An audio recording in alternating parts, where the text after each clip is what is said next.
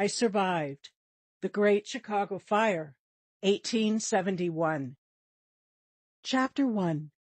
Sunday, October 8, 1871, 11:30 p.m., Chicago. The fire started inside a barn. It was tiny at first, a glowing dot, some wisps of white smoke. But then flames reached up. They grabbed hold of a pile of hay. Crackle, pop, and then boom, boom. Towers of flame shot up, higher, higher, punching through the roof, reaching for the sky. Voices screamed out, "Fire! Fire! Fire!" Alarm bells clanged. Firefighters readied their horses and raced their pumpers through the streets. But it was too late. The flames blasted a shower of fiery sparks into the windy sky. Like a swarm of flaming wasps, they flew through the air, starting fires wherever they landed. Shops and homes erupted in flames. Warehouses exploded. Mansions burned. Crowds of panicked people fled their houses and rushed through the streets and along the wooden sidewalks. They screamed and pushed and knocked one another down, desperate to get away from the choking smoke and broiling flames. But there was no escape. The winds blew harder. Flames shot hundreds of feet in the air, spreading across miles and miles. And in the middle of it all was 11-year-old Oscar Starling. Oscar had never felt so terrified, not even 2 years ago, when a killer blizzard hit his family's Minnesota farm. He was trapped inside a burning house, fighting for his life. He'd made it down the stairs, desperate to escape, and then, crash! A ball of fire and cinders crashed through the window, and the house exploded in flames. And suddenly, Oscar was in the fire's ferocious grip. The flames clawed at him, seared him, threw him to the ground. Smoke gushed up his nose and into his mouth.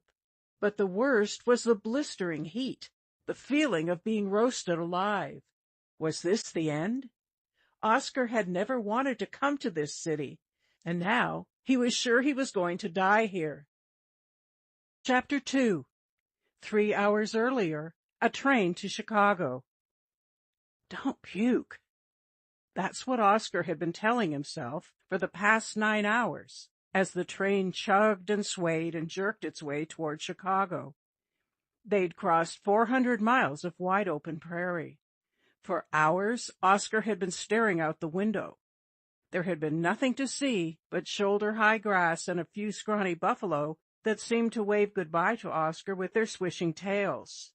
Now that they were getting closer to the city, Oscar couldn't bear to look. He slouched down in his seat and glued his eyes to his dusty boots. "Are you feeling all right, Oscar?" Mr. Morrow said. "I'm fine, sir," Oscar lied. "Such a long trip," Mama said, her freckled face shining with excitement. "I feel like we're heading up to the moon." Mama and Mr. Morrow both laughed, but nothing seemed funny to Oscar. So much had happened these past few weeks. He was in a state of shock. Mama had married Mr. Morrow. They had sold the Minnesota farm where Oscar had lived his entire life. And now they were moving to a strange city that might as well be the moon. No wonder Oscar felt sick. Of course, the real nightmare had happened 2 years ago, when Papa died. He was killed in a vicious blizzard, a wall of ice and snow and wind that slammed into their prairie town with no warning. Papa had been trying to get home. His wagon crashed into a tree in the blinding snow. Even now, Oscar couldn't believe that Papa was gone. Papa was the toughest man Oscar knew.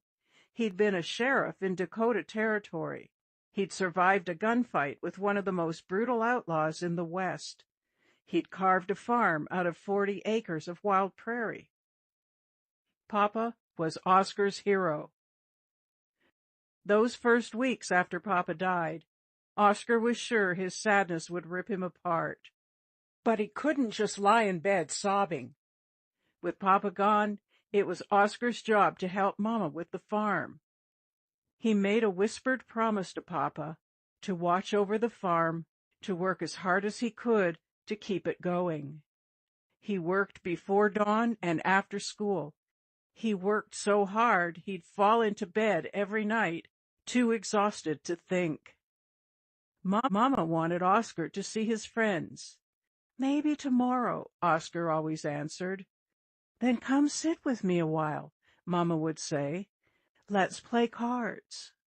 He and Mama and Papa used to play fierce games of hearts. When Papa lost, he'd pretend to fly into a rage, pounding the table while Mama and Oscar doubled over laughing.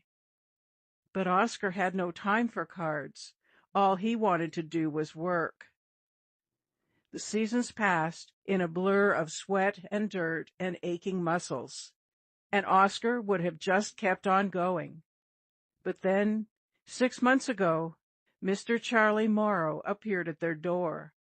Mr. Morrow was an artist for a big Chicago newspaper. He'd come to Castle for his latest project, which was to paint scenes of life in a booming little prairie town. Mama was honored when Mr. Morrow stopped by and asked if he could paint their farm. Each morning for a month, Mr. Morrow would show up just after the sun rose, waving at Mama and Oscar with his paint-stained fingers. "Hello," he'd sing out. He was a big man, with jet-black hair and a beard to match. Mama said he reminded her of a giant from a fairy tale. "But the nice kind," she explained. Oscar liked Mr. Morrow well enough. He made Mama smile, that was for sure. Most nights after Mr. Morrow packed up his paints, he'd join them for supper. Afterward, he and Mama would sit out on the porch and look over the day's paintings. "Oscar, join us," Mr. Morrow would boom. But why did Oscar need to look at paintings of his farm? He lived there. So he'd make excuses and then fall asleep to the sound of Mr. Morrow and Mama's soft laughter drifting upstairs. After Mr. Morrow went back to Chicago, Mama seemed to get a letter from him every single day. So maybe Oscar shouldn't have been shocked when, 2 months ago, Mama sat Oscar down under the apple tree with some big news. "He's asked me to marry him," she said. At first, Oscar laughed. Mr. Morrow? He was nothing like Papa. He was an artist. An artist! Was that even a job? But then Oscar noticed how Mama's eyes were twinkling. "Oscar," she said, "I want to say yes." Oscar stopped laughing. "He's a wonderful man," she said, "and what a life we'll have with him in Chicago." At first, Oscar just sat there like he'd been smacked in the head with a shovel. Leave the farm? Move to Chicago? What about his promise to Papa? Oscar begged Mama. He pleaded with her. He tried to make her understand that they needed to stay in Castle. "Papa wouldn't want us to leave here," he exclaimed. But then Mama looked at Oscar with her hopeful eyes. "Oscar," she said quietly, putting her hand up to Oscar's cheek. Her fingers were like Oscar's, covered with calluses and scars from all the scrubbing and weeding and washing that filled her days. "All Papa ever wanted was for us to be happy." And Oscar could see that she had made up her mind. Oscar could have run away or refused to get on the train, but he didn't have the guts. So now here he was, miserable, chugging along with his stomach turning inside out. The train whistle shrieked. "Woo! Woo!" "Chicago!" the conductor shouted out. 10 minutes. Oscar's stomach flipped. "Don't puke." His stomach didn't listen. He managed to slam open the window just in time to splatter his lunch across the tracks. Welcome to Chicago. Chapter 3. Oscar stared out the window in shock as the train pulled into the city. Chicago was called the Queen of the West, but what an ugly queen! All along the tracks were factories and warehouses. The sky was smudged dirty brown from coal fires and dark clouds burping out of smokestacks. Soon enough, they were off the train and standing in the enormous station hall. Every other person smiled and waved at Mr. Morrow. "Charlie!" a man boomed. "Welcome back, Mr. Morrow," said a porter, lugging a heavy suitcase. "Mr. Morrow, I loved your latest pictures," a pretty woman gushed. "Good to be back," Mr. Morrow beamed. People swarmed around the station, more people than Oscar had seen in all of his life. Everyone was rushing around as if they were late for church. And suddenly, Oscar noticed the rotten stench that filled the air. He had never smelled anything as disgusting. It was like someone had tossed 100 skunks into a hot outhouse and left them there for a month. Oscar could see from Mama's crinkled-up nose that she noticed it, too.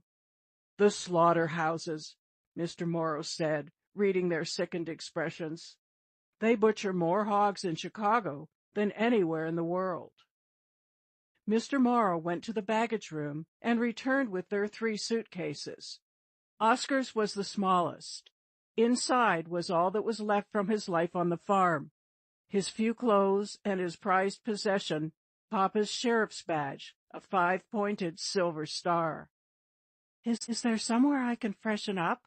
Mama asked, smoothing one of the golden curls that had popped out of her bun. "I'll show you," Mr. Morrow said, taking Mama's arm. "Oscar, can you keep an eye on the bags?" Oscar nodded, but as they disappeared into the crowd, Oscar's heart thumped. He felt so out of place here and strangely all alone. A bunch of rough-looking boys lurked around. One of them stared at Oscar. He had bright red hair and strange yellow-tinged eyes that reminded Oscar of a rattlesnake's. Oscar was relieved when they drifted away. He took a deep breath and looked around, thinking about Papa's one visit to Chicago. Papa was just 20 years old at the time. His parents had both died, and Papa had decided to leave his hometown near Boston and head west.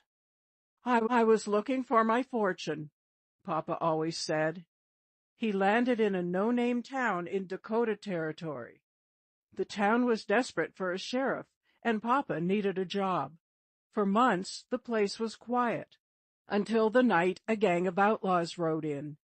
Their leader was Earless Max Kildare. Actually, Earless did have one ear, Papa had explained to Oscar. He lost the left one blowing up a safe during a bank robbery. Papa heard that Earless Kildare was a killer, and sure enough, by morning the town's bank had been robbed, and one of Papa's friends was sprawled out dead in the street. Earless and his gang were long gone. Papa went after the gangster, chasing him all the way to Chicago. He finally found him in a stinking tavern near the river. Papa pulled out his gun, ready to arrest him, but Earless was too quick. He jumped behind the bar and started shooting. Pow! A bullet whizzed just past Papa's head. Pow! Papa fired back, but missed. Earless lunged forward with a final shot. Pow! The bullet hit Papa in the chest. It should have torn a hole right through Papa's heart, but it ricocheted off his badge instead, leaving a big dent smack dab in the center. Earless escaped in the commotion. After that, Papa decided he was done chasing outlaws. He heard about free farmland up for grabs in Minnesota. He'd never farmed, but figured he'd give it a try. He ended up in a little town called Castle, where the first person he met was a freckle-faced schoolteacher with the prettiest blue eyes Papa had ever seen. Mama. Within the month, they were married. By the next year, they had their farm and Oscar. So I found my fortune, Papa liked to say, kissing Mama on the cheek. As for Earless, he was still on the loose. Papa heard he was in Chicago, lying low, but still up to no good. Oscar's thoughts of Papa were cut short by a whispering voice. "Can you help me?" He looked down at a skinny little girl with a yellow cap over 2 raggedy braids. She stared up at him with big brown eyes. "I've lost my parents." She looked so helpless. "We'll find them," Oscar said, standing a little taller. "I think they went this way," she said, leading him by the arm out of the main waiting room.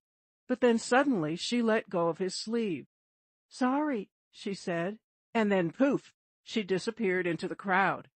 An uneasy feeling grabbed hold of Oscar. Something wasn't right. He spun around and rushed back to the suitcases. They were gone. Chapter 4. 30 minutes later, 9:00 p.m. Illinois Central Train Depot. "Those street kids are vicious," the policeman said. He looked down at Oscar. "Son, you're lucky you didn't get stabbed." Mama, Mr. Morrow, and Oscar stood with the policeman on the spot where their suitcases had been. The cop, Officer Brennan, was an old buddy of Mr. Morrow's. He explained that Oscar had been tricked. That little girl wasn't really lost. She was a crook, part of a band of thieves. "She distracted you so the others could steal the suitcases," Officer Brennan said. "Happens here every day." Officer Brennan and 3 other cops had already scoured the station, but there was no sign of the girl or the bags or those rough boys Oscar had seen. Oscar told the policeman about them, too, including the red-headed boy with the strange eyes. "Otis Weber," the cop said, his friendly eyes narrowing. "He's only 14 years old, but he's got the heart of a killer. We hear he works for an older guy. They take helpless orphans and turn them into ruthless criminals." Oscar shuddered. "Will you find our suitcases?" Mama said. "Doubtful, ma'am," he said, giving them all an apologetic smile before he left. Mr. Morrow put his arm around Oscar's shoulders. "I should have warned you," he said. "In a big city like this, there are some bad characters." What's done is done," Mama said, shaking the worry from her face. "We can all get new clothes. What matters is that here we are, together." Mr. Morrow beamed at Mama. Oscar ducked out from under Mr. Morrow's arm. Oscar didn't care about his clothes. All he cared about was Papa's badge, which was gone forever. It was past 10:00 p.m. when they finally got out of the station and into a cab, a beat-up buggy pulled by a dusty horse. The cab driver flashed a smile filled with black teeth when he saw Mr. Morrow. "Charlie," he cried, "welcome back." Was there anyone in Chicago who didn't know Mr. Morrow?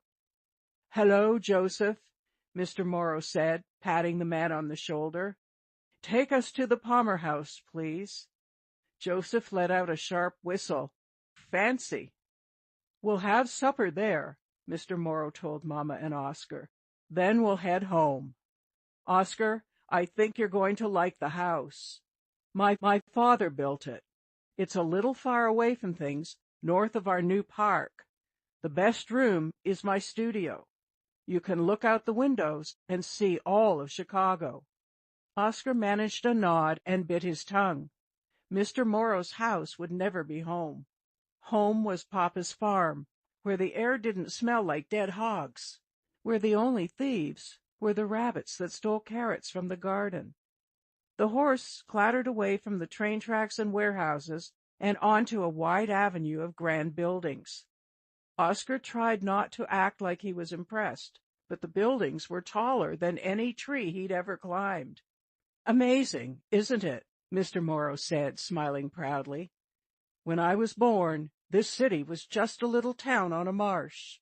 Today, Chicago is one of the most important cities in the world." "It's beautiful," Mama said, but suddenly Mama's expression darkened. "Does the sky look odd to you?" she asked, her brow wrinkling with worry. Oscar saw it, too, a pale orange glow in the sky. "Must be a fire," Joseph said matter-of-factly. "We're having fires practically every night now. Hasn't rained here in months. The city is bone dry." The word fire sent a flash of fear across Mama's face, and it jolted Oscar, too. 3 years ago, a massive forest fire had erupted in the woods north of Castle. It burned thousands of acres of pine and birch trees and then raced across the prairie toward Castle. Dozens of buildings were burned, including Oscar's barn. The entire town could have been lost, but just as flames were lapping at the edges of Main Street, a big rainstorm blew in and doused the fire. "Don't worry," Mr. Morrow said, giving Mama a reassuring pat. "Chicago has one of the best fire departments in the country. We have close to 200 firemen and a fleet of the best new steam pumpers. That fire will be out before we finish supper." The cab lurched to a stop, and Joseph turned around. "And here we are, folks. Palmer House Hotel, finest in the city." They climbed out of the cab, and a man in a top hat swung open the hotel's huge front door. Oscar peered inside at the glittering lobby. Bright lights twinkled, and piano music filled the air. Oscar lingered outside. He'd never seen such a fancy place, and he was sure he didn't belong in there. Oscar glanced back at the street, tempted to bolt away to the train station. And that's when he saw her, a little girl scurrying down the sidewalk. Even in the flickering gaslight, there was no mistaking that dirty yellow cap, those raggedy braids. "There she is!" Oscar called out. But Mama and Mr. Morrow were already starting across the lobby, and Oscar's shouts were drowned out by the music and the hum of the chattering crowd. The girl moved quickly across the sidewalk, and before he even realized what he was doing, Oscar had dashed into the street. He had to catch that little thief. Chapter 5. 10:15 p.m. Heading toward the south side. Oscar dodged a speeding horse wagon and leaped over a steaming pile of manure. He hopped up onto the wooden sidewalk and wove his way through the crowd, his eyes glued to the yellow cap bobbing in front of him. The girl didn't look like much of a criminal, with her stick legs and flapping braids, but wasn't that innocent look part of her act? Papa always said that Earless was a charmer. "He'll dazzle you with his smile, then shoot you dead," Papa would say. Plus, Papa explained, Earless treated the guys in his gang like brothers. He made sure they ate and drank like kings. Oscar figured the girl was heading for the gang's hideout. His best bet was to secretly follow her there. Oscar stayed hidden as he followed her through the busy streets. They crossed behind a tavern and then cut through a snaking alley. They finally came out onto a dark street of small houses and shacks. The girl beelined for a sagging little house set back from the street. Oscar ducked behind a barrel and waited as she used a key to open the front door. "Bruno!" she called out as she went inside. "I'm back!" Bruno. Must be one of the thugs, Oscar thought. He saw a piece of jagged wood lying on the ground. He grabbed it. It would make a decent weapon just in case. He crept up to the house, crouching low so none of the criminals would spot him out the window. He wondered what he should do. Barge in? Demand his suitcases? Suddenly his knees started to shake. Sweat oozed down his neck. What was he doing? He needed to get out of here. But then he thought of Papa facing the gun barrel of Earless Max Kildare. No, Oscar thought, he wasn't going to run scared from a bunch of street thugs. He was going to get Papa's badge back. He curled his fingers around his weapon as he rose up, ready for a fight. Oscar peered through the window. He spotted the little thief, and his mouth dropped open in shock. No, he thought, it can't be. He had imagined her sitting there with Otis Weber and the other boys, rummaging through piles of loot. He'd gotten it wrong. There were no thugs, and no sign of his suitcases. The girl sat in a little wooden chair. On her lap was not a pile of stolen money and jewels, but a smiling little boy with a mop of dark curls. Oscar guessed he was maybe 3 years old. Their voices floated through the open window. "Sorry I had to leave you alone again," she said. "I'm very brave, Jenny," the boy said, puffing out his chest. His little croaking voice made Oscar think of the baby frogs he used to catch behind his house. "Next time I help." "No," the girl said. "It's no fun what I do, and you need to stay here and guard our house." The boy puffed out his chest proudly. "I guard. And guess what? I have enough money to get us some nice fresh milk tomorrow." "And a cookie?" the boy asked hopefully. "We'll see," she said, taking off her yellow cap. She suddenly looked older than Oscar had first thought, maybe 9 or 10. The boy reached up and tenderly smoothed one of the girl's crooked braids. "I love cookies, Jenny," the boy whispered.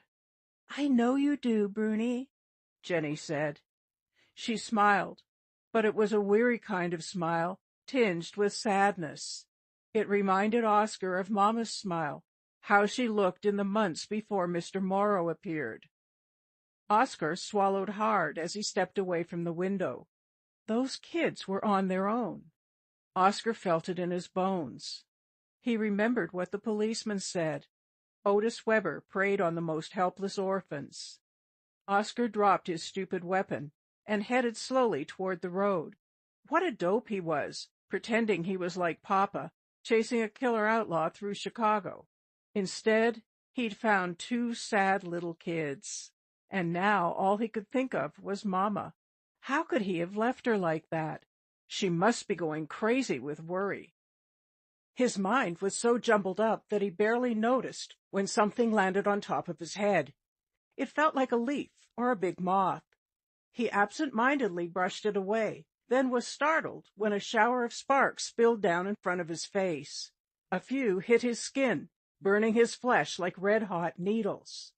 Oscar looked up and saw a sight so strange he was sure his eyes were playing tricks. It looked as if glowing red snowflakes were falling from the sky. They danced in the gusting wind, hundreds of hot, burning embers of different sizes and shapes.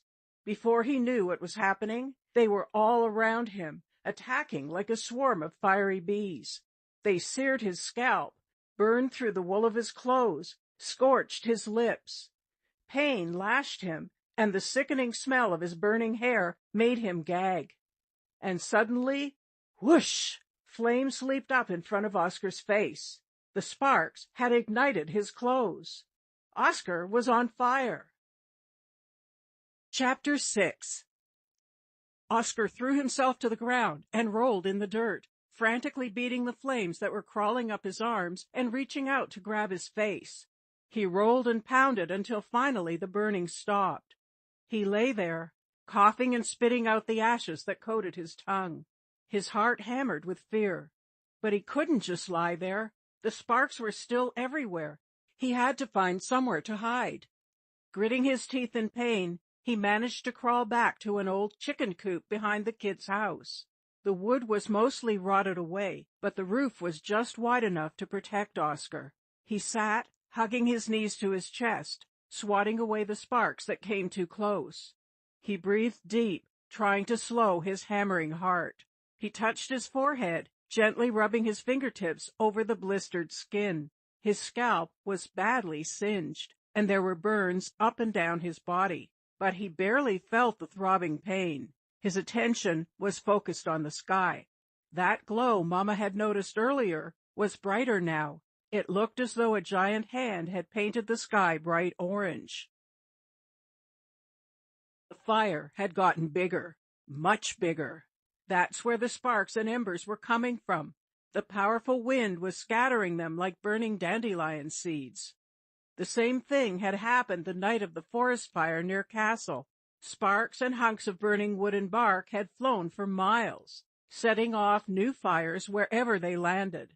Mama and Papa and Oscar had almost lost their barn. Some people lost everything, barns, houses, even fields. 10 people were killed. One family survived by diving into their pond and dunking under the water while the flames roared over them. Oscar took a breath, trying to loosen the choking fear that gripped his throat. He thought of what Mr. Morrow had said, that Chicago had one of the best fire departments in America. Maybe that was true, but there was no sign of them here. And once a fire got too big, not even an army of firefighters could put it out. Oscar had learned for himself during the castle fire how a fire could grow and grow, how it could become like a ferocious beast that would devour everything in its path. And what a fire was most hungry for was wood, like the thousands of shacks and stores that lined Chicago's streets, the miles of wooden sidewalks, the warehouses filled with coal and oil that would explode at the slightest spark. Oscar remembered how the forest looked after the fire. He and Papa had ridden up there to see it for themselves. Oscar would never forget the sight of it. The fire had turned thousands of trees into twisted black stubs. The ground was a sea of ash. There was not a bird, not an insect to be seen. Oscar had tried not to look at the blackened bones that were scattered all around, the skeletons of the creatures that hadn't been able to escape. He and Papa had both loved that forest. They'd go up there with Mama, who loved telling them the names of every last tree and flower. Oscar and Papa had both fought back tears as they stood in the burned ruins. But then Papa had pointed to something on the ground, a tiny green shoot pushing up through the ash. "It will take a long time," Papa had said, "but one day the forest will grow back." Oscar shivered as he thought of what a huge fire like that could do to a city like Chicago. Could such an important city burn to the ground? It didn't seem possible. But hadn't Oscar learned that anything was possible? If a blizzard could kill his Papa, couldn't a fire destroy an entire city? Oscar looked up, as though answers might be printed on the orange sky, but instead his eyes found the two small and terrified faces peering down at him from the upstairs window of the house. Jenny and Bruno. The sight of them, lit up by the glowing sky, jolted him. Right at that second, the wind blew its dragon breath. More sparks and embers appeared, and out of nowhere, a large plank of flaming wood came soaring through the air. It was like an enormous flaming spear, hurled by an invisible warrior. It was heading right for the house. Boom! The wood smashed through the roof of the house, sending a column of flames high into the air. Oscar opened his mouth, but he was too horrified to even scream.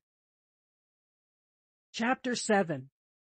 Oscar sprinted toward the house, swatting away the burning flakes that swarmed around him.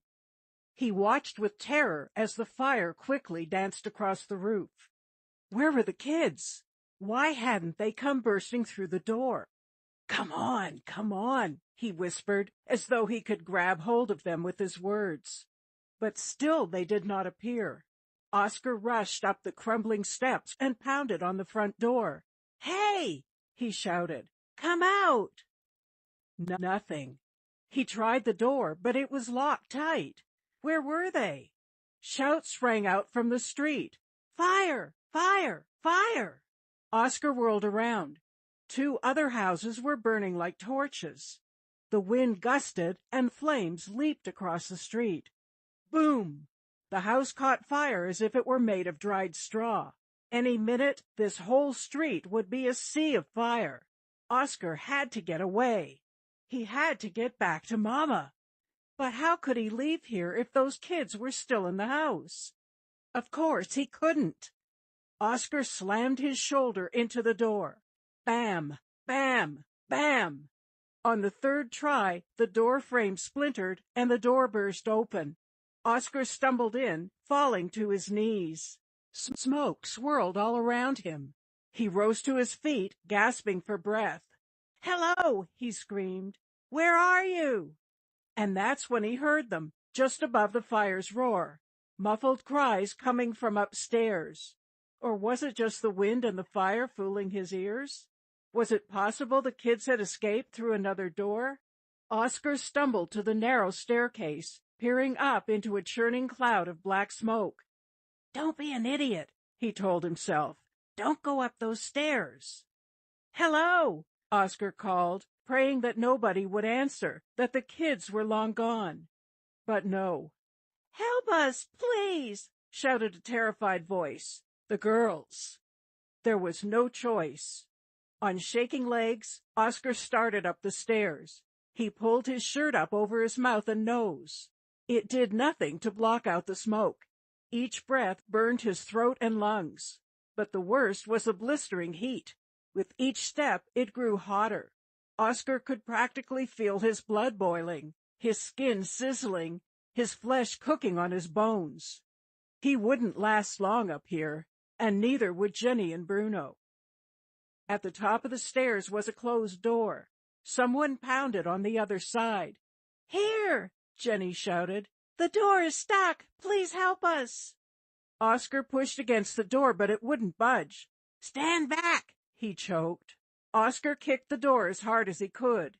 The door crashed open, releasing a wave of heat and even thicker smoke that pushed Oscar back on his heels. He teetered and almost fell down the stairs, but somehow he managed to regain his balance. Jenny came rushing out with Bruno in her arms. They were both coughing and wheezing. Their faces were black with soot and streaked with tears.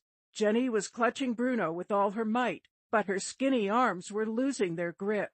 Oscar reached for Bruno, and to his surprise, the kid didn't resist. Oscar pulled Bruno into his arms, holding him close to his chest. The poor boy's heart was pounding even harder than Oscar's. Jenny stood unmoving, dazed and coughing. Oscar was afraid she might faint. Oscar grabbed her arm and pointed her down the stairs, gripping her shoulder in case she slipped. He followed right on her heels. "Run straight through the front door," Oscar said to her. "Go as quickly as you can." Jenny did what she was told, gaining strength as they reached the bottom.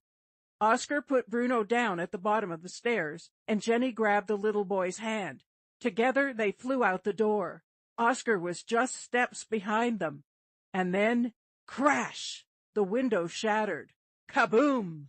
A giant ball of fire and cinders blasted into the room. Oscar fell to the floor, and then there was nothing but flames. Chapter 8. Again, Oscar felt as though he were being attacked by a wild animal, a monster with burning tentacles and boiling breath. It grabbed him, clawed at him, and spun him around. Smoke gushed into his nose and down his throat, filling his lungs with searing poison. He couldn't open his eyes, but he knew the fire was all around him.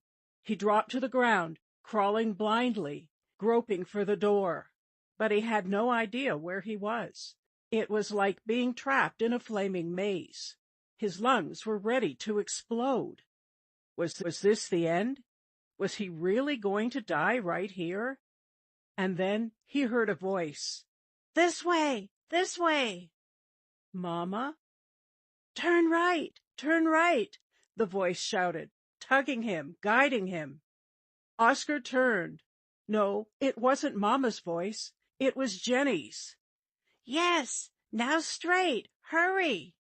And then he felt a hand on his arm, pulling him up. Seconds later, he was out the door. He was just steps away from the house when there was a terrifying whoosh and an explosion of hot air.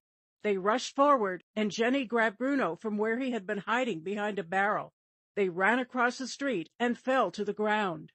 Oscar's head throbbed. His entire body felt as if it had been roasted. He lay back and closed his eyes. For a long minute, he stayed there, trying to catch his breath. He might have stayed like that for hours, but only a minute or so passed before he felt someone breathing in his face. He opened his eyes and saw a huge curly head hovering over him with wide-open eyes. Bruno. "Hey, you not dead!" he croaked out happily. "Hush, Bruno," Jenny whispered. "That is not a polite thing to say." "But he not dead," Bruno insisted, putting his face even closer to Oscar's so his slimy little nose touched Oscar's nose. Then he put his gooey mouth to Oscar's ear and whispered, "You not dead." The kid wasn't going to quit. Oscar put his hand on Bruno's head. "I know," he said. Jenny kneeled down and gently peeled Bruno away from Oscar. "Let's give him a little room," Jenny said. Oscar managed to sit up. He stared ahead at the little house, which was being torn apart by the flames. The wood moaned and sighed as it collapsed into the fire, as if crying out in pain. It was sickening, like watching a rabbit get torn apart by a coyote. Bruno wriggled closer to Oscar until his small shoulder pressed against Oscar's arm. "My house," he said, pointing sadly. Oscar didn't know what to say, so he just put an arm around the boy. The fire burned so bright that it lit up all their faces. It was the first time Jenny had the chance to get a good look at Oscar. Now Oscar waited to see the shock in her eyes when she realized who he was. But there was no flash of recognition. She looked exactly how Oscar felt, scared, dazed, and amazed to be alive. Their eyes locked together, and Oscar could tell that Jenny didn't recognize the kid she'd tricked at the train station. She saw a different boy, the boy who'd helped her and Bruno escape from the fire. And as Oscar looked at Jenny, he didn't see a helpless orphan or a ruthless thief. He saw a brave girl who watched over her brother all by herself, whose voice had led Oscar out of the blazing house in the nick of time. And then there was Bruno, who grinned at Oscar as though they'd been best friends all their lives. "Aye, Bruno," he said, looking up at Oscar and puffing out his chest. "I'm Oscar," Oscar said. "Oscar," Bruno said. "I'm Jenny," Jenny said. They all sat there a minute, looking at each other. Had he and Jenny really only just laid eyes on each other tonight? Oscar eased his arm from around Bruno and struggled to his feet, brushing the dust and ashes off his burned clothes. His body ached, but his mind felt surprisingly clear. He knew exactly what to do. We need to get to the Palmer House Hotel," he said. He said the word "we" very clearly. "My mother is there," Oscar said. "The hotel is fireproof. We'll be safe there." Oscar picked up Bruno and held out his free hand to Jenny. She took it and gripped it tight, and together they began their journey through Chicago's burning streets. Chapter 9. Monday, October 9th, 12:15 a.m. The south side of Chicago, heading north. They left Jenny and Bruno's burning neighborhood behind and headed north. Oscar kept looking over his shoulder at that giant orange glow bleeding through the sky. The main fire was huge now, Oscar could see, and it was spreading fast, and the wind was carrying sparks all over the city. Everywhere Oscar looked, he saw new fires burning. Some fires were very small, a ribbon of flame waving from a tree, a pile of garbage glowing like a campfire. But there were burning houses everywhere, and in places the smoke was so thick that they had to gasp for breath. But Oscar's gasps also came from what was happening all around them. People sobbing and screaming, horses driven crazy by the heat and sparks, stray dogs howling in fear. Even the rats were running for their lives, rushing out from under the wooden sidewalks and getting squashed under the wheels of the wagons and buggies that plowed through the streets. The crowds got bigger as they moved north. Many people were dragging trunks and suitcases, or struggling with heavy sacks heaved over their shoulders. 2 women in nightgowns carried a mattress above their heads. On top was a very old man curled up under a quilt. The fires turned the night as bright as day, lighting up the terrified faces all around Oscar. The tear-stained cheeks, the mouths open in horror, the wide-open eyes looking up at the sky. But the worst part was the howling wind, which seemed to be getting stronger by the minute. Each hot gust was filled with dust and smoke, and spit out millions of embers and sparks. One burned a hole clear through the toe of Oscar's boot. Oscar passed a woman just as her skirts erupted into flames. Luckily, the man next to her had a canteen of water and quickly drenched her. The sparks were terrible for Oscar and Jenny, but they tortured poor Bruno. "Hot! Hot!"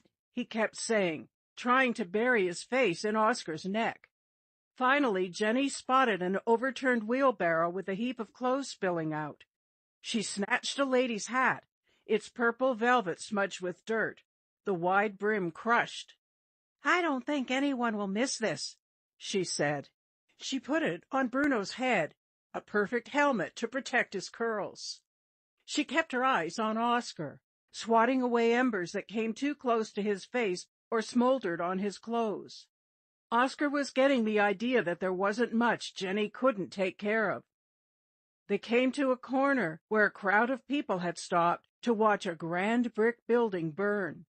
Oscar and Jenny tried to push their way through, but they were completely hemmed in. And then, suddenly, the clanging of bells rose above the roar of the fire. "Fire department!" someone shouted. People jumped out of the way as two steam pumper wagons came tearing around the corner, each pulled by two sweating horses. A hose wagon followed. Oscar's heart lifted a bit. He remembered what Mr. Morrow had told them, that Chicago had the best fire department in the world, and here was their chance to prove it. Maybe they could save at least part of the city.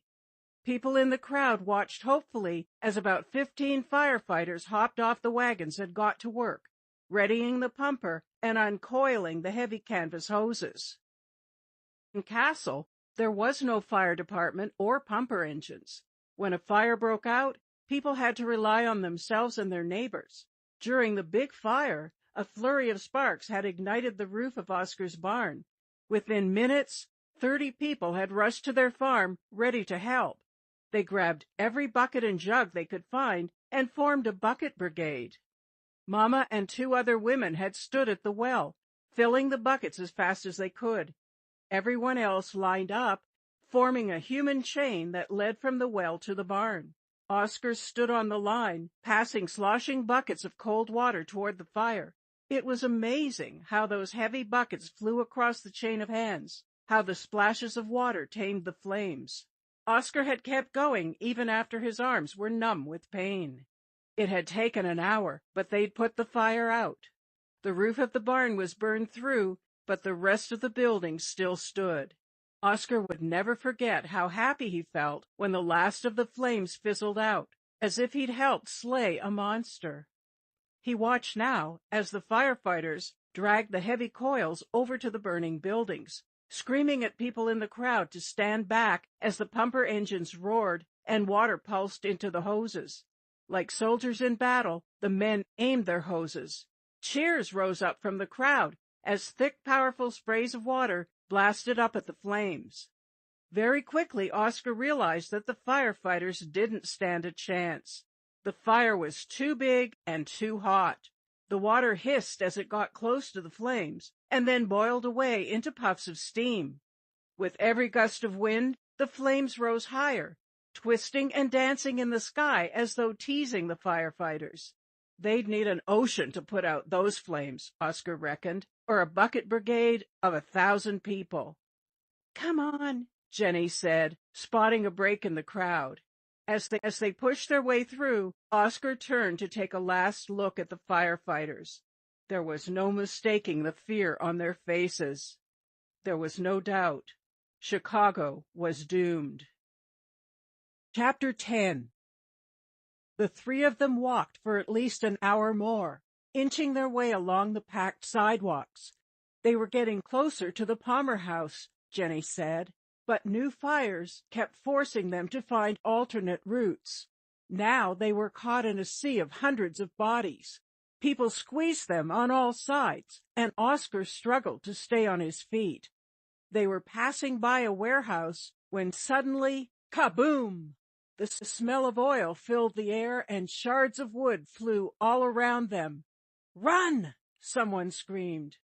Boom! Boom! Boom! The explosions rang out like cannon fire. Like a herd of cattle startled by a clap of thunder, the crowd erupted into a stampede. Oscar, Jenny, and Bruno were caught right in the middle. Elbows jabbed them.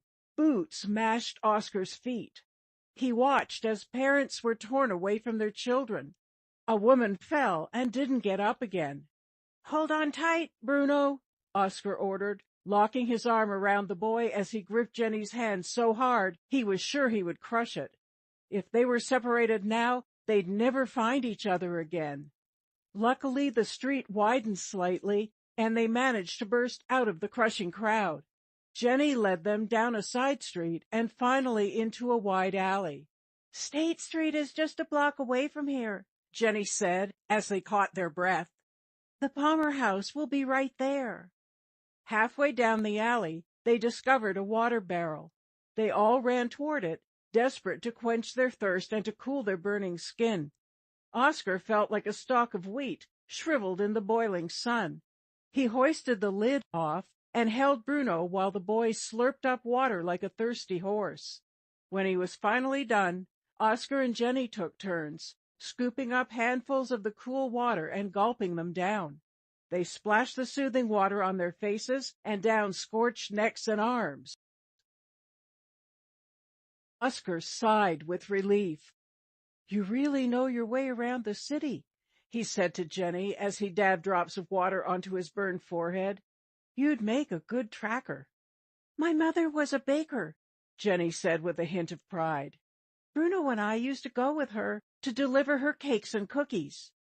"I love cookies," Bruno whispered to Oscar, as though he were sharing a deep secret. A picture popped into Oscar's mind. He saw Jenny with her braids straight and glossy, Bruno nibbling on a cookie almost as big as his head. He pictured a lady with Bruno's dark curls and Jenny's big brown eyes standing in the kitchen in a flowered apron. "My mama got sick," Bruno said softly. "She in heaven." Jenny glanced at Oscar, and he glimpsed the fresh hurt in her eyes. "My papa's in heaven, too," Oscar said, swallowing the lump in his throat. Our father died right after Bruno was born, in an accident," Jenny said. "Mama died 6 months ago. I promised her I'd keep an eye on Bruno, no matter what." Oscar thought of his own promise to Papa, to watch over the farm. That promise had kept him going these past 2 years, but now it was broken. Would Papa forgive him? Would Oscar forgive himself? Jenny put her hand on Bruno's head. "I couldn't let us go to the orphanage," Jenny said. Her voice dropped very low when she said orphanage, as if it was a curse word no one should ever say. Oscar understood. He'd heard horror stories about the orphanage in Minneapolis, the city closest to Castle, that it was more like a jail than a home. Oscar looked at Jenny and Bruno, suddenly wondering what would happen to them. Their home was gone. They were all alone. What would they do? But no, Oscar suddenly remembered. They weren't alone. He picked up Bruno. They weren't alone because they had Oscar. "Hey, Bruno," he said, "I bet up in heaven my papa and your parents are good friends." Bruno leaned back so he could look Oscar in the eye. "Like us?" he exclaimed. His soot-covered face grinned out from under the fancy lady's hat. Both Oscar and Jenny laughed, and for that second Oscar forgot about the smoke and the flames. But their smiles didn't last long. They'd just started walking through the alley again when they heard loud voices. A group of boys swung into the alley from the street. They were walking toward them. Jenny froze. Then Oscar saw who they were, the boys from the train station. And there, right in front, with his rattlesnake eyes glowing through the smoke, was Otis Weber. Chapter 11. Otis had 4 other boys with him, each of them lugging a large sack. Otis was carrying a painting in a fancy gold frame. Oscar immediately understood. Otis and his gang had been looting, stealing from houses whose owners had fled the fire. Oscar pulled Jenny closer to him and held Bruno tight. Maybe the boys would just walk by, Oscar told himself. Maybe they were too busy with their stolen treasures to even notice them. But Otis was the type who didn't miss a thing. His yellow-tinged eyes scanned the alley and then landed right on Jenny. He stopped short, and the other boys nearly knocked into him. "Jenny," he said. He sounded almost friendly. Oscar studied him. The other boys looked around the same age, maybe 14 or 15, and 2 were bigger than Otis. But Otis was the leader, without a doubt. For a second, Oscar wondered if Otis wasn't so bad. Sure, he was a crook, but maybe Otis was good to the kids in his gang. Didn't Papa say that Earless treated the guys in his gang like brothers? But Oscar saw that Jenny's hands were shaking. "Hi, Otis," she said softly. "Glad we found you," he said. "We need more hands. It's a big night for us. We won't have to work again for a year." Jenny kept her eyes on the ground. "So come on," he said. "Leave the baby with your buddy here." "I not baby," Bruno growled. At least one person here wasn't terrified of Otis. Otis smiled. "Tough kid," he said, spitting on the ground. "We'll take him along too." "No," Jenny said, her face suddenly fierce. Otis raised his eyebrows. "I quit," she said. "You quit?" Otis laughed, a strange high-pitched giggle that raised the hairs on Oscar's neck.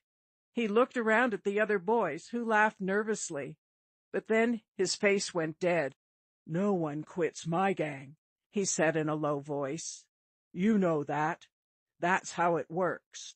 Anger rose up in Oscar as he imagined how Otis had gotten all these kids to work for him, how he picked the ones whose parents were gone, who were starving and desperate to stay out of orphanages. How helpless Jenny must have been when her mother died. She was willing to do anything to keep herself and Bruno out of the orphanage, even work for that snake. "Leave her alone," Oscar said, louder than he'd meant to. And now Otis turned his menacing stare on Oscar. For the first time, he realized he'd seen Oscar before. He smiled chillingly. "You," he said, "you looking for your suitcases? You think Jenny's going to get them back for you?" Jenny looked at Oscar in confusion, but then her face seemed to crumble. Otis put the painting down and lunged toward Jenny. "No!" Oscar cried, and before he realized what he was doing, he sprang forward and gave Otis a hard push in the chest. The thug stumbled back, stomping on the painting. Snap! It broke in half. Time seemed to stop. The 4 boys behind Otis backed up, as if they were afraid Otis might explode. And he did. Otis reached into his jacket and pulled out a huge knife. Jenny staggered back, and Bruno went running into her arms. But it wasn't Jenny whom Otis came at with the knife. It was Oscar. Otis sprang forward and placed the blade against Oscar's cheek. Oscar closed his eyes, bracing himself for the slicing metal. But it was Otis's other hand that came swinging up. Smack! His rock-like fist smashed into Oscar's nose. Oscar fell to the ground, the flash of pain in his head burning brighter than the blazing sky. Chapter 12. Oscar had no idea how long he lay in the alley, dead to the world. When the blackness started to lift from his mind, all he could feel was pain. His nose seemed crushed, his brain knocked loose. Where was he? All he knew was that something terrible had happened to him. Had he been kicked by one of the horses? Had he fallen from the roof of the barn? He smelled smoke. Was the prairie on fire again? And where was Mama? But then pictures flashed through his throbbing skull, glittering yellow eyes, the flash of a knife blade, a little girl with raggedy braids. And then his eyelids shot open. Jenny! Bruno! He sat up and looked around, fighting back tears. They were gone. Otis Weber had taken both of them. Oscar struggled to breathe. And now it was his panic, and not the smoke, that choked his lungs. He struggled to stand up, wobbling as he found his balance. "Jenny!" he cried. "Bruno!" The words came out as a rasping whisper, but he called their names again and again as he staggered down the alley, past the water barrel and back out into the street. On the street were dozens of people fleeing north, pushing their carts and wheelbarrows and hauling their sacks. The sparks and embers rained down. Nobody noticed the boy with the blood-smeared face and swollen eyes frantically searching the crowd. Part of Oscar wanted to go back into the alley, to curl up. Maybe the wind would sweep him up and carry him back to Castle, to anywhere but here. But even in his dazed and muddled state, he knew he would not do that. He had to get to the Palmer house, to find Mama and Mr. Morrow. If anyone could find Jenny and Bruno, it was Mr. Morrow. He remembered that Jenny said they were just 1 block away from the hotel. He ran back into the alley and then cut through a side street 1 block. He came out on a wide avenue, and there it was, the Palmer House Hotel. The massive building was in flames. The roof had caved in, and piles of crumbled marble and wood lay in heaps in the street. The fire must have been burning for hours. Mama and Mr. Morrow couldn't possibly still be here. Fire gushed out of the hotel's windows. Black smoke churned through the roof. But it wasn't the sight of the burning Palmer house that turned Oscar's insides to jelly. It was what he saw when he turned and looked up the street. It was a gigantic wave of fire. It was wider than the street, with flames towering hundreds of feet into the air. It looked like the sun had burst open, and its fiery blood was gushing onto the city. Oscar understood what was happening, because the same had happened during the castle fire. Smaller fires joined together into one monstrous blaze. Oscar and Mama had heard the terrifying stories from people who had witnessed the fire up close and barely escaped with their lives. They described a fire so big that it seemed to stretch forever across the prairie, and so high it seemed to be trying to roast the moon. It raced across the prairie faster than a horse could gallop. One man swore that a tornado of fire appeared out of nowhere and lifted his house off the ground. These stories haunted Oscar for months. He'd wake up at night soaked in sweat, convinced his house was burning. Walking home from school, he'd keep eyes peeled and aimed at the sky, convinced that a flaming twister was going to carry him away. And now those nightmares were coming true. The wall of fire roared down the street, devouring everything in its path.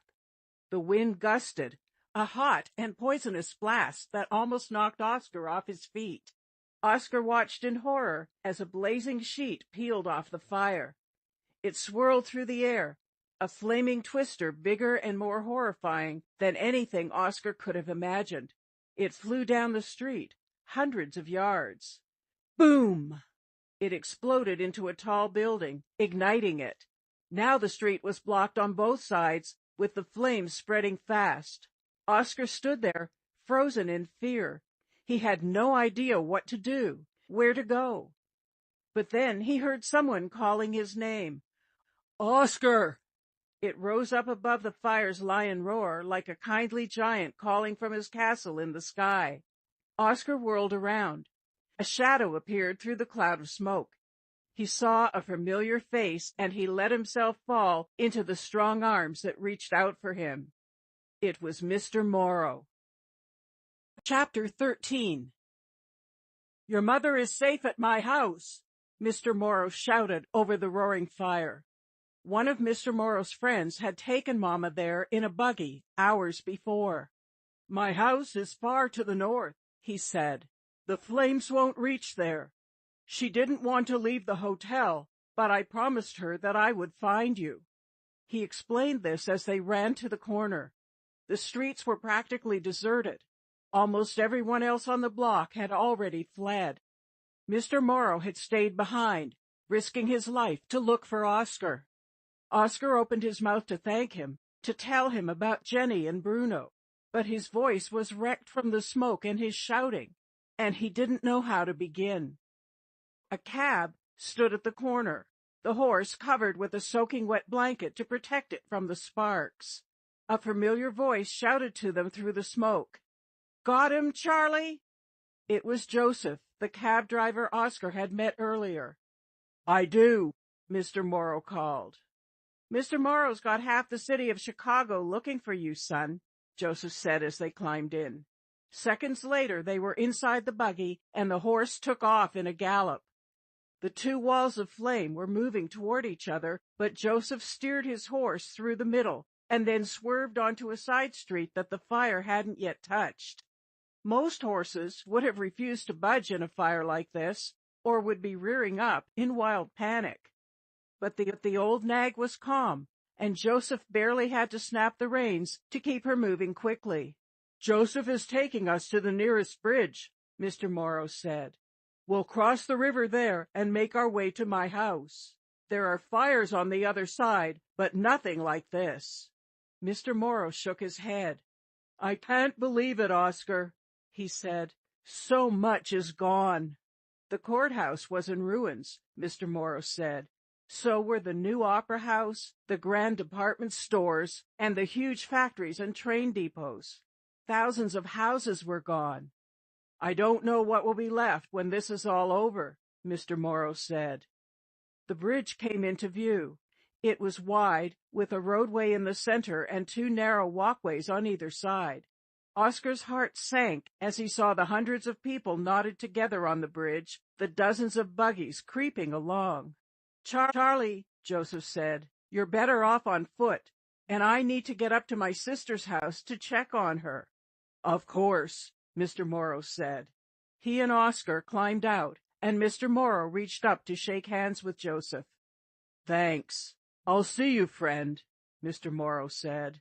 "You sure will," Joseph said.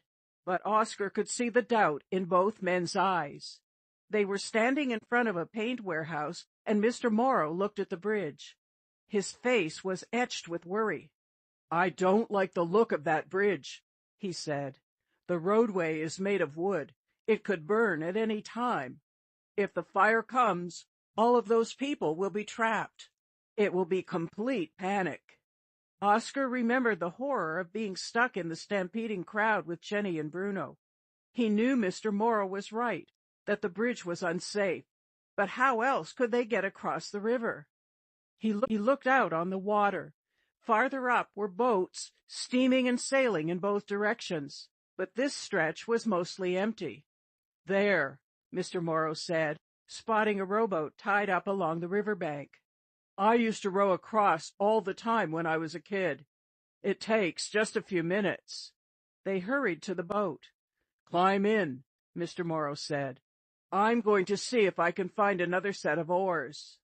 It was only when Oscar got into the boat that he realized his whole body was shaking. But the thought of seeing Mama made him feel stronger. "Here," Mr. Morrow said, handing Oscar a set of oars. "We're going to have to move very quickly." Soon they had shoved off and were rowing with all their might. Oil fumes rose up, and something worse, that slaughterhouse stench. Garbage and dead rats floated around them. With so many factories lining the shores, Oscar knew the water must be a filthy witch's brew. The wind blew hard, sending showers of sparks over the river. Shouts and screams rang out from the bridge. Oscar saw that a wagon in the middle of the bridge roadway had caught fire.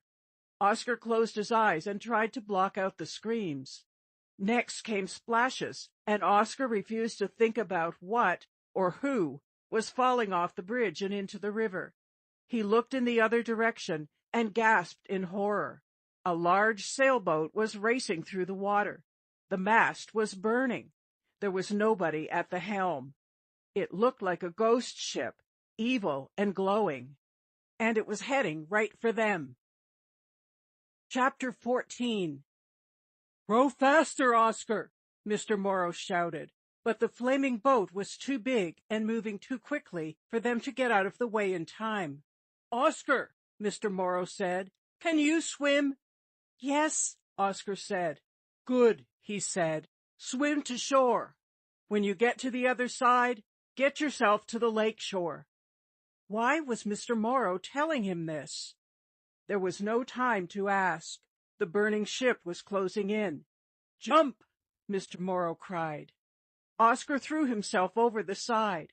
The cold water slapped him and burned his skin. He started swimming as fast as he could, keeping his eyes and mouth closed against the foul water. Crash! Sparks flew up all around as the flaming ship hit the rowboat, slicing it in half and setting it on fire.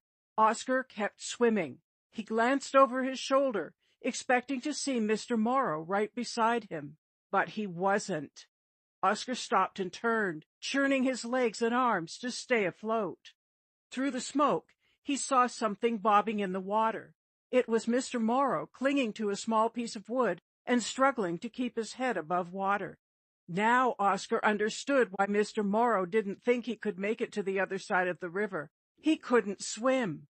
Oscar should have known. Papa couldn't swim either, even though he grew up near the ocean. Mama was one of the few people Oscar knew who could swim, and it was she who had taught Oscar. "Keep going, Oscar," Mr. Morrow cried. Oscar saw a huge piece of wood floating near him.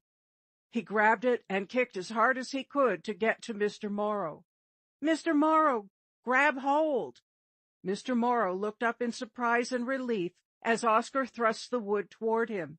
And that's when Oscar noticed that back on the south shore, from where they'd just escaped, the roof of the paint warehouse had caught fire. His heart leaped into his throat. Any minute, there would be a massive explosion. They had to get away now. They both clung to the makeshift raft, kicking frantically. And then, kaboom! Behind them, the paint factory exploded with a deafening blast. Oscar waited for the crush of burning wood, for flames to reach out and grab them. But instead, the force of the explosion created a wave that came up behind them. It propelled them forward, out of the fire's reach, toward the safety of the north shore. They landed with a thud on the muddy riverbank. Oscar looked back, amazed to see that the river itself was now on fire. He could barely believe they'd made it, yet he felt little relief. Oscar stared over the flaming river. The entire south side of the city was in the grip of fire and smoke. And somewhere in the middle of it all were Jenny and Bruno. Oscar told Mr. Morrow all about them as they trudged away from the river. Mr. Morrow listened closely, and Oscar sensed that he was using Oscar's words to paint a picture of Bruno and Jenny in his mind. We'll find them, Oscar," he kept saying. "I found you, didn't I?" But the search for Jenny and Bruno would have to wait, because once again, Oscar and Mr. Morrow found themselves in a fight for their lives. They kept trying to get back to Mr. Morrow's house, but the wind grew stronger and stronger, sweeping ferocious fires all through the north side of the river. Entire blocks burned within minutes. Flames chased after Oscar and Mr. Morrow. Each time they thought they were safe, a new fire would erupt, and they were on the run again. Their last hope was Lake Michigan, which stretched out to the east of the city. As the fires closed in behind them, they waded into the freezing water, ready to duck under if the flames attacked. There were hundreds of people all around them, and the crowd grew to the thousands as the night wore on. There were entire families, with their horses, and with their wagons piled high with furniture, fancy ladies in their ruffled dresses and jewels, children who had been separated from their parents. They all stood gasping in the smoky air, shivering in the freezing water. The hours crept by, the sun came up, and still the fires raged out of control. It would be another endless day before finally the fires began to tire, when the winds lost their fury, when it was finally safe enough to wade out of the freezing water. It took hours more for Oscar and Mr. Morrow to make their way back to his house in the pouring rain.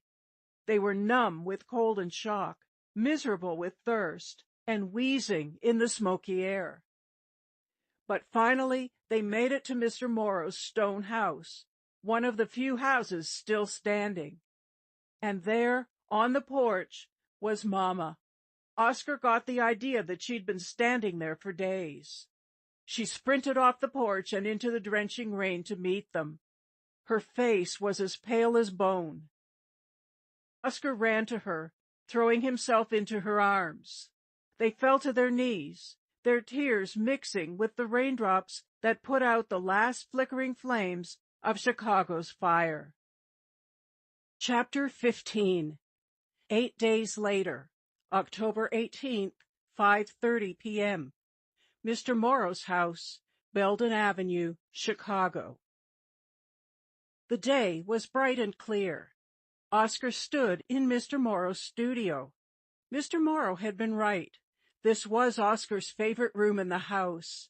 He liked the view of the lake in the distance, but best of all were Mr. Morrow's paintings that lined the walls and crowded the shelves. Oscar's favorites, of course, were 4 paintings that Mr. Morrow had created of their farm in Castle. Oscar came up here every day to look at them. Voices drifted from the kitchen, along with the scent of baking cookies. Oscar breathed deep, wanting to take in the sweet smells. Finally, he could take a breath without doubling over into a coughing fit. His lungs were healing now, his burns and cuts scabbing over. But he couldn't shake the nightmares that haunted him every night. It was always the same, how he'd wake up shouting 2 words over and over. "Jenny! Bruno!"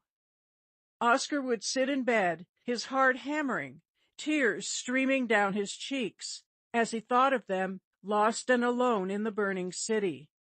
The search for Jenny and Bruno had started the morning after Oscar and Mr. Morrow got back to the house. Dozens of Mr. Morrow's friends helped them. They scoured the lakefront, where thousands of people were living in makeshift tents. They searched Lincoln Park, which was packed with thousands more. Day after day they all searched, but there was no sign of Jenny and Bruno. And there were moments when Oscar feared the worst. "Have hope," Mr. Morrow kept saying. But it was hard to have hope when all Oscar could see in any direction was smoldering ruins. Hundreds of people were dead, and 4 miles of the city had burned to the ground. As they walked through the streets, Mr. Morrow kept his arm around Oscar's shoulders. He'd point to men carting away wagon loads of wreckage, at the new shacks popping up on still smoldering lots. Mr. Morrow reminded Oscar of Papa, that day in the ruined forest. Just as Papa had seen those little green shoots popping through the ash, Mr. Morrow already saw signs that Chicago would be rebuilt. And then Mr. Morrow had the idea of drawing Jenny and Bruno's picture and having it printed in the newspaper. Oscar described their faces, and Mr. Morrow's pencil brought them to life. The picture was printed in the Chicago Tribune, along with an ad. Mr. Charles Morrow and the Chicago police seek information about 2 missing children, Jenny, approximately 9, and Bruno, approximately 3. Oscar had insisted that Mr. Morrow add one more detail to the picture, the battered purple lady's hat on Bruno's head. The very next day, the police received a tip from a woman on the city's west side, in a neighborhood that hadn't been burned. The woman had always been suspicious of one of her neighbors. The man lived alone, but rough-looking boys were always showing up at odd hours, often carrying large sacks and suitcases through the back door of the house. The woman was reading the newspaper, and Mr. Morrow's drawing caught her eye. She'd seen 2 kids in front of the neighbor's house just that morning. She wouldn't have looked twice, except for something very strange about the boy, the purple lady's hat on his head. Oscar had been up here in the studio, standing in this exact spot, when he'd heard the clatter of hooves outside. He'd looked out the window, and there was Joseph's cab, pulled by his faithful old nag. Oscar figured it was more of Mr. Morrow's friends coming to stay. Mr. Morrow and Mama kept the door wide open to anyone who needed a bed or a meal, and the house was overflowing. Oscar had turned away from the window, but then he'd heard a croaking voice shouting up to him, "Oscar!" He looked out the window, and his heart just about burst apart. It was Jenny and Bruno. They were ragged and dusty, but all in one piece. Oscar's knees momentarily went weak, and then he'd practically flown down the stairs. Oscar had scooped Bruno up and held him tight. He grabbed Jenny's hand. He could hardly believe it. He still couldn't. They were back together, for good now. Mama and Mr. Morrow made sure they all understood that. Oscar had to wait until later that night, after Bruno was asleep, for Jenny to tell Oscar and Mama and Mr. Morrow The whole incredible story. How they'd escaped the fire, how Otis had brought them to the house of a man he obviously knew very well. It turned out this man was the gang's real leader. "What was he like?" Mama asked. "Believe it or not, he didn't act like a wicked criminal," Jenny said. "He gave us plenty to eat, and he had a very friendly smile." But there was one thing about the man Jenny said she'd never forget. The man had only one ear. Oscar and Mama had stared at each other in disbelief, but it turned out to be true. The man was earless Max Kildare, and Papa had been right about the gangster still being up to no good. Now Earless was in jail where he belonged. Otis Weber and his gang had disappeared, but Jenny and Bruno wouldn't have to worry about them anymore. The police recovered thousands of dollars of silver and paintings from Kildare's house. They also found 3 suitcases.